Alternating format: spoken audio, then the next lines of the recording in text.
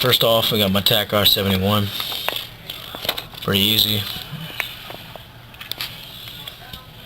I mean, of course, it's not gonna be as great because I mean it was like the first try. I did do the other side as well. I did all. My other one I did was my, let's see, my R34 rifle. You can't see right there, but hold up.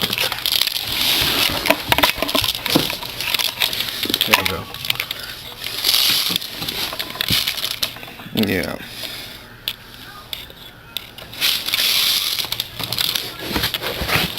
Yeah, this one was pretty much my favorite. And yeah, if you wonder, the stock is adjustable.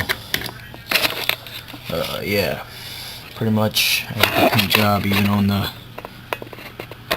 handle. It's all inside this too. My favorite thing about this is how the barrel looks like that. It has a really distinct stripe look. And yes, I did do the other side as well. Of course, I'm not gonna just do one side.